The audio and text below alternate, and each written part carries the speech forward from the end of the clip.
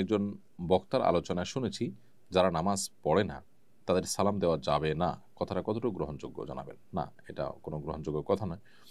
যারা নামাজ পড়েন না তাদেরকে সালাম দেওয়া যাবে না, এটা সঠিক কোনো কথা নয়। নামাজ না পড়লেও যদি তিনি মুসলমান হয়ে থাকেন, আপনি তাকে নামাজ সালাম দিতে পারেন। হ্যাঁ, এটা তাদের মতে সঠিক, যাদের মতে নামাজ না পড়লে মানুষ মুসলমান থাকে না। অনেক উলামা ইকরাম সেটি বলেন। যেহেতু মুসলমানই থাকে না, সেহেতু তাকে সালাম দেওয়া যাবে না। ওই দৃষ্টিভঙ্গি থেকে এটি ঠিক আছে, এটা তাদের মত।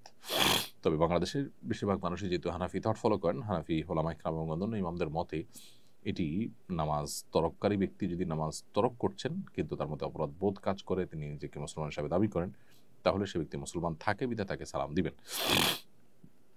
এমডি মাহবুবুর রহমান আপনি লিখেছেন, 5 মাসে মেয়ে বাচ্চার পেশাব লাগলে কি গোসল করে পবিত্র হয়ে নামাজ পড়তে হবে নাকি কাপড় চেঞ্জ করে চলবে?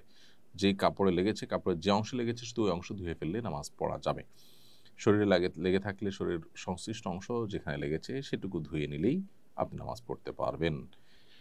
অমুসলিম প্রতিবেশীর প্রতি আমাদের আচরণ কেমন হওয়া উচিত? এরপর ইসলাম আমাদেরকে কি নির্দেশনা দেয়? অমুসলিম প্রতিবেশীর সাথে আমাদের সদাচরণ থাকা দরকার, সুন্দর আচরণ করা দরকার। তাদের সাথে প্রতিবেশী সুলভ তাদের যে অধিকার আছে সে অধিকারগুলো তাদেরকে দিতে হবে। তাদের কোনোভাবে কষ্ট দেওয়া যাবে না, ডিস্টার্ব করা যাবে না।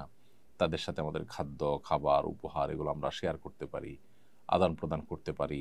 তাদের সাথে আমাদের স্বাভাবিক আচার আচরণ থাকতে কোনো প্রকার বাধা ইসলাম আমাদেরকে দেয় না। আল্লাহ সুবহানাহু ওয়া তাআলা বলেছেন কোরআনে কারীমে, লা ইয়ানহাকুমুল্লাহু আনিল লাযীনা লাম ইউকাতিলুকুম ফিদ-দীন ওয়া লাম ইউখরিজুকুম মিন দিয়ারিকুম আন তাবাররুহুম ওয়া তুকসিতু ইলাইহিম ইন্নাল্লাহা ইউহিব্বুল মুকসিতিন।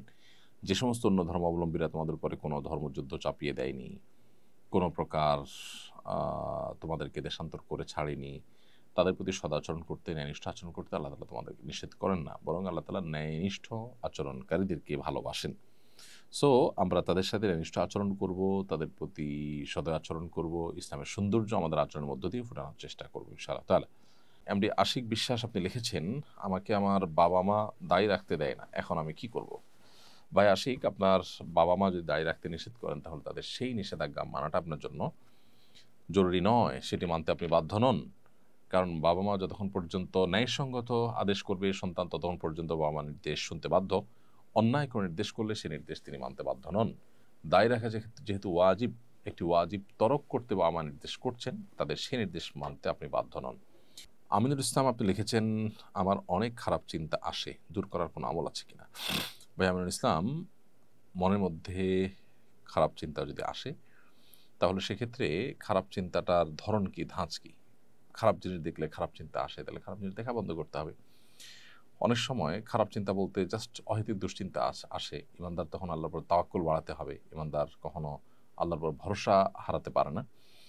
আর খারাপ চিন্তা বলতে যদি আল্লাহ সম্পর্কে বাজে চিন্তা আসে তাহলে বাম দিকে থুতু নিক্ষেপ করে আমানতু বিল্লাহি ওয়া রাসূলিহি পড়বেন এবং এটাকে ইগনোর করবেন।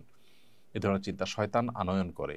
এরকম চিন্তা আসা মানে হলো শয়তান উপস্থিত হয়ে গেছে, এখন আল্লাহর কাছে আপনি পানা চাইবেন। ইনশাআল্লাহ আল্লাহ তাআলা হেফাজত করবেন। এরপর জিনিয়া ঝিনু এডি থেকে আপনি লিখেছেন, আমার স্বামী একজন ব্রেন ক্যান্সার রোগী। তার খেয়াল রাখতে গিয়ে অনেক সময় সুন্নত নামাজ পড়তে পারি না, এতে কি আমার গুনাহ হবে? বোন জিনিয়া, আল্লাহ তাআলা আপনার স্বামীকে পরিপূর্ণ শিফা দান করুন, আমরা দোয়া করি। দুরারোগ্য ব্যাধি থেকে আল্লাহ রাব্বুল আলামিন তাকে রক্ষা করুন। আল্লাহ তাআলা আপনাদেরকে সান্ত্বনা নসিব করুন, কষ্ট দূর করে দিন। এবং রোগীর সেবা করতে গিয়ে যদি আপনি সুন্নত নামাজ কখনো হেরফের হয়ে যায়, আশা করা যায় ইনশাআল্লাহ এটার কারণে আল্লাহ সুবহানাহু ওয়া তাআলা আপনাকে দায়মুক্ত করবেন এবং সওয়াব থেকে বঞ্চিত করবেন না। লিয়া আখতার আপনি লিখেছেন, আমার স্বামী মারা গেছেন আজ 26 দিন।